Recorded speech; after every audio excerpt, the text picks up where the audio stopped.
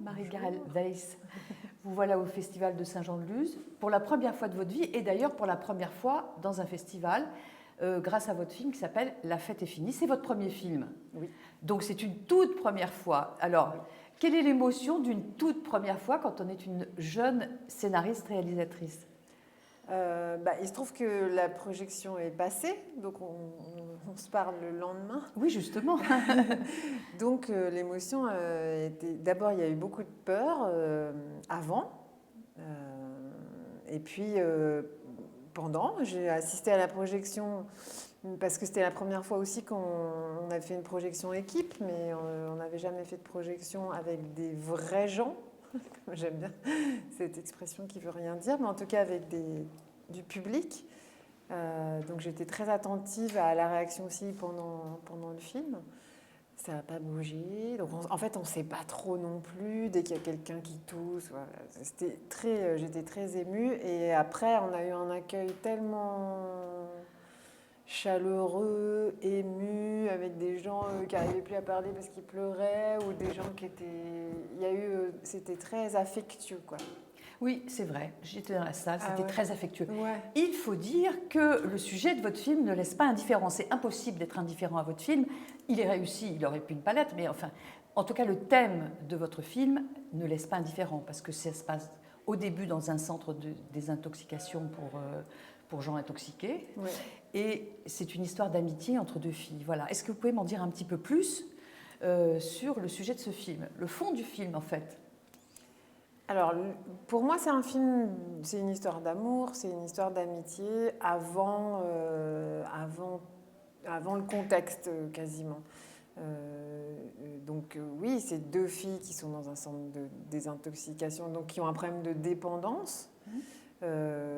Dans ce centre sont accueillis des gens qui peuvent avoir un problème de dépendance à l'alcool, aux médicaments, voilà, aux substances, quoi, pour se protéger de la vie, de soi-même, des autres. Donc ça parle de ces gens qui ont un problème de dépendance. Mais pour moi, on peut s'identifier parce que le problème... Moi, c'est un centre, pour être franche, que j'ai fait. Enfin, je me suis inspirée, que j'ai fait d'un endroit où je suis allée et d'une histoire d'amitié que j'ai vécue là-bas. Après, il y a la fiction qui prend le dessus, mais voilà.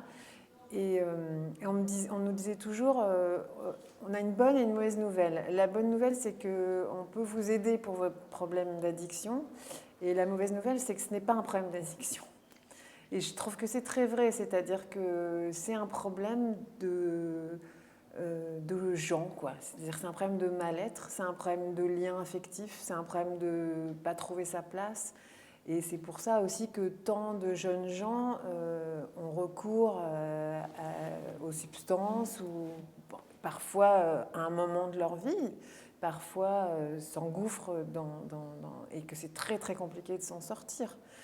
Mais voilà, pour moi, ces gens se retrouvent avec tous comme point commun une difficulté à vivre, à ressentir et à créer du lien. Ces deux filles-là, que tout oppose, c'est toujours, ça fait un peu... Oui, tout oppose. En tout cas, beaucoup de choses les opposent, elles sont différentes et elles se seraient sans doute pas rencontrées ailleurs, vont dans cet endroit et dans cette adversité, en tout cas qu'elles considèrent comme une forme d'adversité, créer un lien. Et juste, moi j'ai beaucoup articulé le film, il y a un thérapeute, je dévoile rien, le sujet c'est aussi est-ce qu'on peut s'en sortir à deux dans une forme de fusion qui remplacerait un peu la drogue par la fusion. Je pense pas, et en même temps, est-ce qu'elles vont s'en sortir ensemble ou pas? C'est vraiment pour moi le sujet. Est-ce que l'amitié peut être une forme de sauvetage, quoi? Oui, parce que ce qu'il faut dire, c'est que le point de départ, c'est ça, le centre de désintoxication, mais il y a cette histoire d'amitié entre filles. Et votre scénario est haletant, il est tenu. Il y a un début, il y a un milieu, il y a une fin. C'est pas un documentaire sur qu'est-ce que c'est qu'une désintoxication. Il y a ça, il y a un vrai scénario. Vous avez travaillé avec les scénaristes avant de faire votre premier film. Ravalek, enfin des gens connus et reconnus. Est-ce que ça vous a aidé, cette expérience, d'avoir écrit des scénarios avec des gens qui savaient ce que c'était qu'un scénario. Ah oui, énormément, énormément. Puis l'expérience d'avoir travaillé pour les autres. Ravalex, c'est quelqu'un qui écrit extrêmement bien. C'est pas forcément le scénario. Moi, je trouve qu'il écrit extrêmement bien la littérature. Après, d'avoir travaillé avec des réalisateurs, une fille comme Hélène Angèle, il y a vraiment des... Oui, ça... Et puis à un moment donné, c'est très bien parce que moi, je suis autodidacte. Il y a quelque chose de magique. J'ai beaucoup été laborieuse, comment on fait, tout ça. Et à un moment donné, quand ça fait 10 ans qu'on écrit, la structure, je trouve, elle arrive comme par magie, quoi. Il y a quelque chose, voilà, en triturant cette matière-là. Mais évidemment qu'écrire pour les autres, ça m'a énormément appris. Puis l'exigence des autres. Et après, moi, j'ai adoré aussi être à la place du réalisateur quand il écrit, quoi. Quand le co-scénariste Salvatore Lista est arrivé dans l'aventure et qu'on s'est posé et qu'il m'a dit « Qu'est-ce que tu veux faire ? Quelle est vraiment la séquence dont tu veux parler ?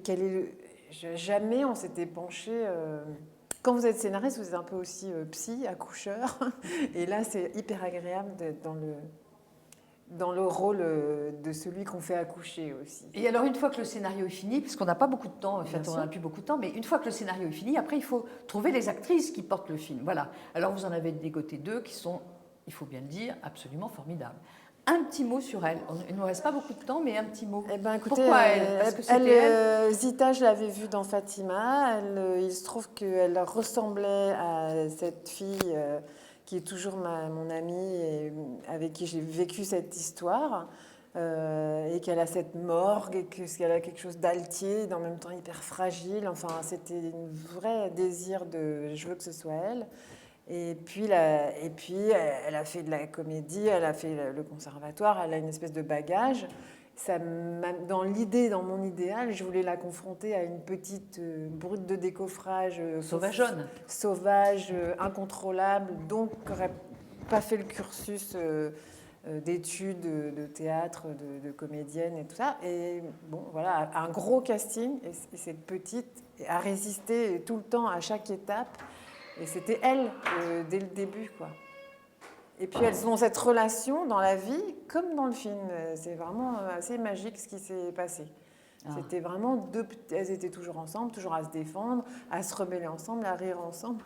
Elles ont créé quelque chose qui perdure. Voilà, elles sont trop mignonnes. Merci. Merci Marie à vous d'être venue à Saint-Jean-de-Luz. Merci beaucoup, Dominique.